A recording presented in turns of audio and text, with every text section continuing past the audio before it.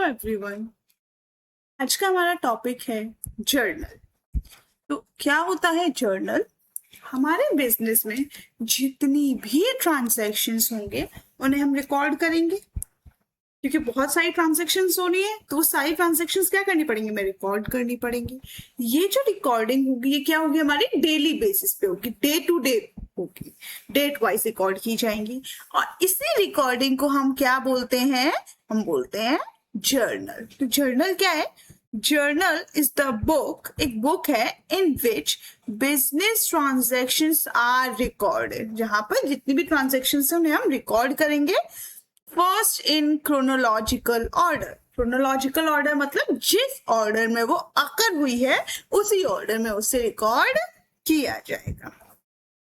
It is also known as book of original entry. तो journal को हम क्या बोलते हैं, बुक ऑफ ओरिजिनल एंट्री भी बोलते हैं। क्यों? क्योंकि सबसे पहले ये यहीं पर जर्नल में रिकॉर्ड की गई हैं सारी ट्रांजेक्शंस। ये क्या है, एकदम ओरिजिनल है, ये कहीं से ली नहीं गई है, एकदम जैसे ही ट्रांजैक्शन अकर हुई वैसे ही हमने यहाँ पर इन्हें रिकॉर्ड कर दिया। और क्या बोलते हैं, और इन्हें बोलते हैं बुक ऑफ प्राइम एंट्री। ये ट्रांजैक्शन सबसे पहले जर्नल में रिकॉर्ड होती है, तो ये फर्स्ट बुक होती है हमारी, और इसीलिए इसे हम प्राइम एंट्री भी बोलते हैं। ठीक है, इसके फीचर्स की बात करते हैं। तो जर्नल के फीचर्स, सबसे पहले रिकॉर्ड डेट वाइज। तो हमें पता है जर्नल में जो भी ट्रांजैक्शन है वो क्रोनोलॉजिकल ऑर्डर में हो रही है, यानी कि डे टू डे रिकॉर्ड हो रही है। तो जैसे ही ट्रांजैक्शन अकर होगी वैसे ही वो हमारी जर्नल में रिकॉर्ड कर दी जाएगी। तो ये क्या हो जाएगी, डेट वाइज रिकॉर्डिंग होती है यहाँ पर, क्रोनोलॉजिकल ऑर्डर में। Every transaction has to aspect. तो हर एक ट्रांजैक्शन के दो एस्पेक्ट होंगे, एक होगा डेबिट और एक होगा क्रेडिट। कोई भी ट्रांजैक्शन हो रही है उसके दो एस्पेक्ट होने हैं, एक डेबिट एक credit.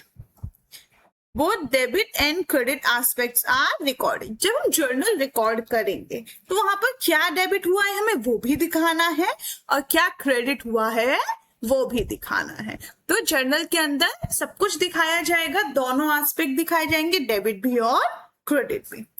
Record on the basis of source document. Source documents क्या होते हैं? सोर्स डॉक्यूमेंट मतलब एविडेंस। तो यहाँ पर जो भी आप ट्रांजैक्शन रिकॉर्ड करोगे उसका एविडेंस होना जरूरी है। जैसे कि कोई बिल हो सकता है, कोई मेमो हो सकता है, कोई इनवॉइस हो सकता है, कोई रिसीप्ट हो सकता है। आपने परचेज किया, कहीं से गुड्स परचेज की, तो परचेज के लिए बिल मिला होगा, आपको एक मेमो मिला होगा, तो वो मेमो एज एन एविडेंस आपके पास होना चाहिए। तो सारी रिकॉर्डिंग एविडेंस के बेसिस पे ही की जाएगी। उसके अलावा लास्ट हमारा नरेशन इज प्रोवाइडेड। तो जितनी भी एंट्रीज हम करते हैं उन सबके रिगार्डिंग हमें नरेशन देना पड़ता है। नरेशन का क्या मतलब है? नरेशन का मतलब होता है कि हमने जो एंट्री की वो एंट्री क्या कहना चाहती है, किससे रिलेटेड है, उसकी एक्सप्लेनेशन हमें देनी होती है। तो एक ब्रीफ एक्सप्लेनेशन होती है ट्रांजैक्शन की, जिसको हम नरेशन बोलते हैं। ठीक है, ये तो हो गए फीचर्स। चलते हैं फॉर्मेट के ऊपर। तो जर्नल का फॉर्मेट कैसा होता है? 5 कॉलम्स हमारे बनते हैं। फर्स्ट कॉलम होता है हमारा डेट। तो जिस भी डेट को वो ट्रांजैक्शन हुई होगी वो डेट यहाँ पर आ जाएगी। डेट की बात, पर्टिकुलर्स। पर्टिकुलर्स के अंदर हम हमारी एंट्री मेंशन करते हैं। एंट्री हमेशा कैसे लिखी जाएगी? एंट्री हमेशा सबसे ऊपर आएगा जो डेबिट हो रहा है उसको हम ऊपर लिखेंगे, और नीचे आएगा जो चीज क्रेडिट हो रही है। तो जो भी डेबिट हो रहा है उसके सामने एकदम राइट मोस्ट कॉर्नर पे हमें क्या लिखना होता है? DR for debit. और क्रेडिट जो भी हो रही है उसके लिए हम क्या मेंशन करते हैं? टू मेंशन करते हैं। और नीचे एक नरेशन देते हैं कि ये एंट्री क्या बता रही है, इसकी एक्सप्लेनेशन क्या है। उसके बाद नेक्स्ट थर्ड कॉलम हमारा LF का आता है। LF होता है हमारा लेजर फोलियो। आपको इसमें कुछ भी नहीं करना है, इसको यहाँ पर हम ब्लैंक ही छोड़ते हैं। लेकिन ये होता क्या है, जो बड़ी बड़ी कंपनीज होते हैं उसमें बहुत सारे अकाउंट्स बनते हैं, बहुत सारे जर्नल होते हैं, बहुत सारे लेजर होते हैं। तो बेसिकली ये यहाँ पर हमारे एक पेज नंबर देते हैं कि इससे रिलेटेड हमारा लेजर कौन से पेज पे बना हुआ है। तो हमें यहाँ पर अपनी कुछ भी नहीं करना है, इसे ब्लैंक छोड़ना है। नेक्स्ट हमारा डेबिट अमाउंट आता है कि यहाँ पर जो चीज हमने डेबिट की है वो कितने से की है, वो अमाउंट आ जाएगी। और फिफ्थ कॉलम, लास्ट कॉलम होता है हमारा क्रेडिट अमाउंट का, कि जो चीज क्रेडिट की है वो कितने से हुई है, वो अमाउंट हमारी यहाँ पर आ जाएगी। डेबिट अमाउंट डेबिट के सामने, क्रेडिट अमाउंट जो चीज क्रेडिट हुई है उसके सामने आएगी। तो ये हमारा फॉर्मेट होता है। कुछ इंपॉर्टेंट ट्रांजैक्शंस हैं जिनकी एंट्रीज की हम बात कर लेते हैं, तो हमें पता भी चल जाएगा कैसे होती हैं एंट्रीज। तो सबसे पहले क्या है एंट्री हमारी? फर्स्ट एंट्री है Rohit started business with cash 5 lakh. तो यहाँ पर क्या हुआ, हमारा बिजनेस स्टार्ट हुआ है, कितने से हुआ है? 5 लाख के कैश के साथ। तो सबसे पहला काम जो होगा हमारा वो क्या होगा, यहाँ पर डेट मेंशन हो जाएगी, जिस भी डेट का होगा ये। उसके बाद यहां हमें फाइंड करने हैं कि हमारे दो एस्पेक्ट क्या क्या क्या क्या है। क्या किया है? कैश आया है बिजनेस में, तो एक तो हो गया हमारा कैश, और दूसरा बिजनेस में इन्वेस्टमेंट हुई है, तो वो क्या होगी हमारी? कैपिटल। कैश आया तो बढ़ा, कैपिटल आई तो बढ़ी। कैपिटल आती है, कैपिटल इंक्रीज होती है तो क्या होता है? क्रेडिट होता है। कैश एसेट बढ़ेगी तो क्या होगी? डेबिट होगी। इसके लिए रूल आने बहुत जरूरी है, ठीक है। तो हमारी एंट्री क्या हो जाएगी? क्या डेबिट हुआ? कैश। तो पहली entry cash account debit to capital account. LF में कुछ भी नहीं, डेबिट अमाउंट में कितने से कैश आया? 5 लाख से, तो 5 लाख अमाउंट आ जाएगी। क्रेडिट कॉलम में कैपिटल कितनी आई? 5 लाख, तो 5 लाख यहाँ अमाउंट आ जाएगी। यहां पर एक नरेशन आ जाएगी, क्या आएगी? Being business started. ये हो गई हमारी नरेशन कि हमने बिजनेस स्टार्ट किया तो हमारे पास 5 लाख कैश आया और 5 लाख की कैपिटल आई, ठीक है। नेक्स्ट ट्रांजेक्शन क्या है? Open a bank account with an amount of 4,80,000। Date आ जाएगी, जिस भी डेट की ट्रांजेक्शन है वो डेट मेंशन हो जाएगी। यहाँ क्या किया हमने? बैंक अकाउंट खोला है, कैश उसमें डाला है 4,80,000। तो एक तो हमारा बैंक इन्वॉल्व हुआ, दूसरा हमारा कैश इन्वॉल्व हुआ, दोनों ही हमारी एसेट है। तो बैंक में पैसा आया, बैंक हमारा बढ़ गया। कैश यहां से गया है तो कैश क्या हो गया? कम हो गया। बैंक बढ़ा, एसेट बढ़ी तो डेबिट, और कैश भी एसेट है, एसेट कम हुई तो क्रेडिट। तो ट्रांजैक्शन क्या हो जाएगी हमारी? एंट्री हो जाएगी bank account debit to cash account. Amount कितनी आएगी? कितने से बैंक अकाउंट में पैसा गया? 4,80,000, 4,80,000। और कैश हमारे पास से कितना गया? 4,80,000। नरेशन क्या हो जाएगी? बीइंग, जो भी ऊपर ट्रांजैक्शन दी हुई है हमें उसी में बस बीइंग ऐड करके हमें लिख देना है। Being a bank account opened.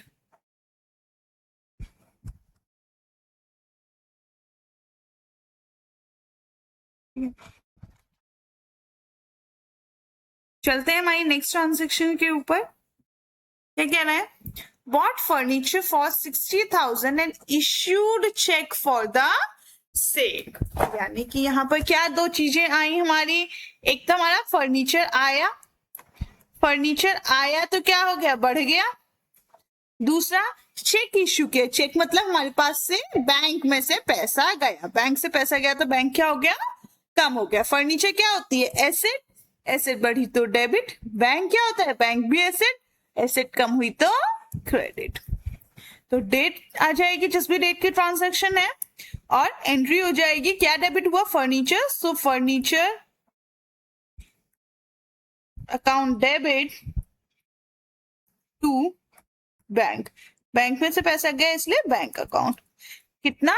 60,000 का फर्नीचर आया और 60,000 ही हमारे बैंक में से चलेगा। Being furniture purchased.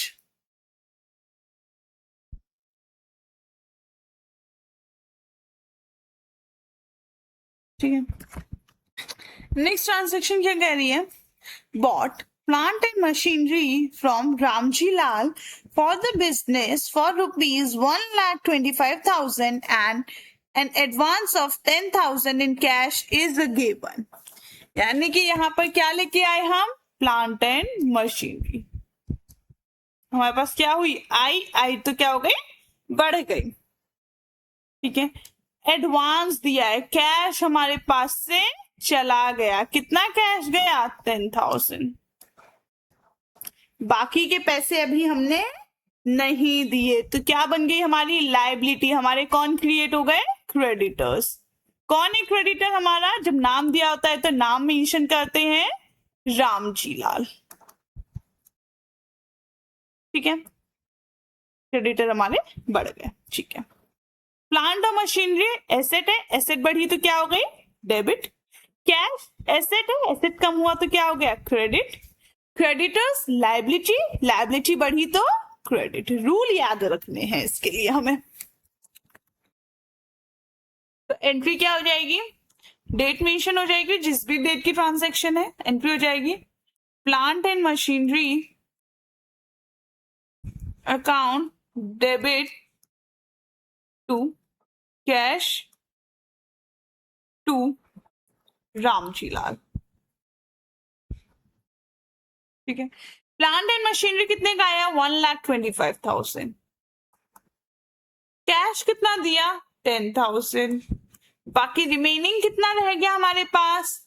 1,15,000, जो कि हमारी क्या हो गई?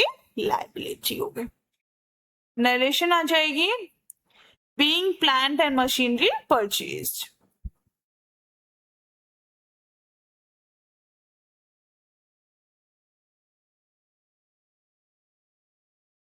ये हुई हमारी नरेशन. नेक्स्ट ट्रांजैक्शन पे चलते हैं. क्या कह रही है? Goods purchase from Sumit traders for 55,000. हमें पता है जब भी नाम दिया होता है और ये मेंशन नहीं किया होता कि पेमेंट कर दी या नहीं की, तो हम क्या मानते हैं कि ये उधारी पे ट्रांजैक्शन हुई है. तो यहाँ पर क्या किए? गुड्स परचेज किए. तो एक तो हमारे पास क्या आया? गुड्स आए. गुड्स हमारे पास क्या आ गए? गुड्स के लिए हम क्या टर्म यूज करते हैं? परचेजेस. ठीक है. परचेजेस क्या है हमारे लिए? खर्चे. परचेजेस हुए हैं, बढ़े हैं, एक्सपेंसेस हमारे बढ़ गए तो क्या होगा? डेबिट. दूसरा किससे लिए? सुमित ट्रेडर्स. ये कौन है? हमारे क्रेडिटर्स. उधारी पे सामान लिया है तो हमारे कौन बन गए? क्रेडिटर्स. कौन है क्रेडिटर्स? सुमित ट्रेडर्स. इनसे लिया है तो हमें पैसा देना है, उधारी बढ़ गई, लायबिलिटी बढ़ गई. लायबिलिटी बढ़ी तो क्रेडिट. तो एंट्री क्या हो जाएगी? डेट मेंशन हो जाएगी. गुड्स के लिए हमेशा टर्म यूज होती है परचेजेस और सेल्स. तो यहाँ पे परचेज किया है तो purchases account debit to creditor. कौन है? सुमित ट्रेडर्स. कितने के? 55,000 के गुड्स आए, 55,000 की ही लायबिलिटी बन गई. नेक्स्ट ट्रांजैक्शन क्या है? Goods costing ₹25,000 sold to Rajni enterprises for 35,000. यानी कि गुड्स बेचे, क्या हुई? सेल हुई.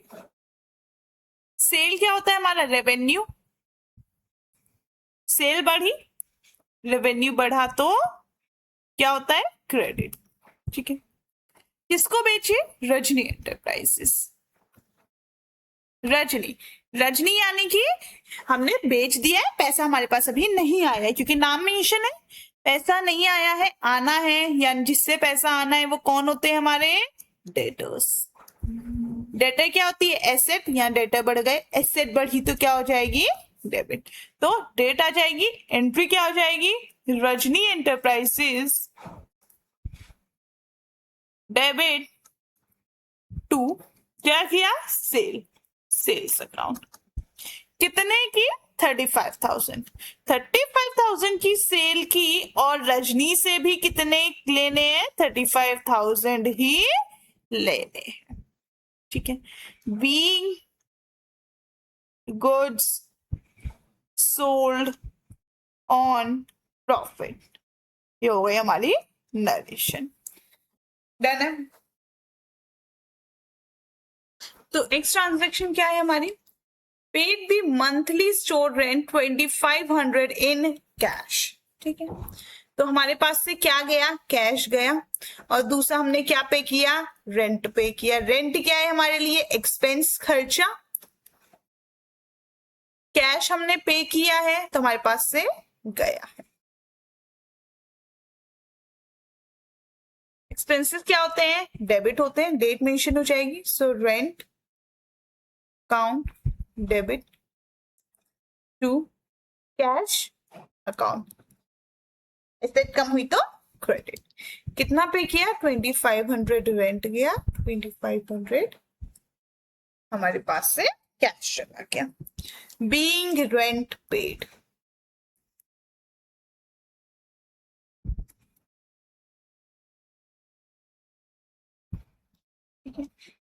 Next transaction, paid 5000 as salary to office employees. Again salary दी, सैलरी दी तो क्या दिया होगा, कैश गया होगा हमारे पास से, कैश गया तो क्रेडिट, और सैलरी क्या है, एक्सपेंस, एक्सपेंस क्या होते हैं हमारे, डेबिट।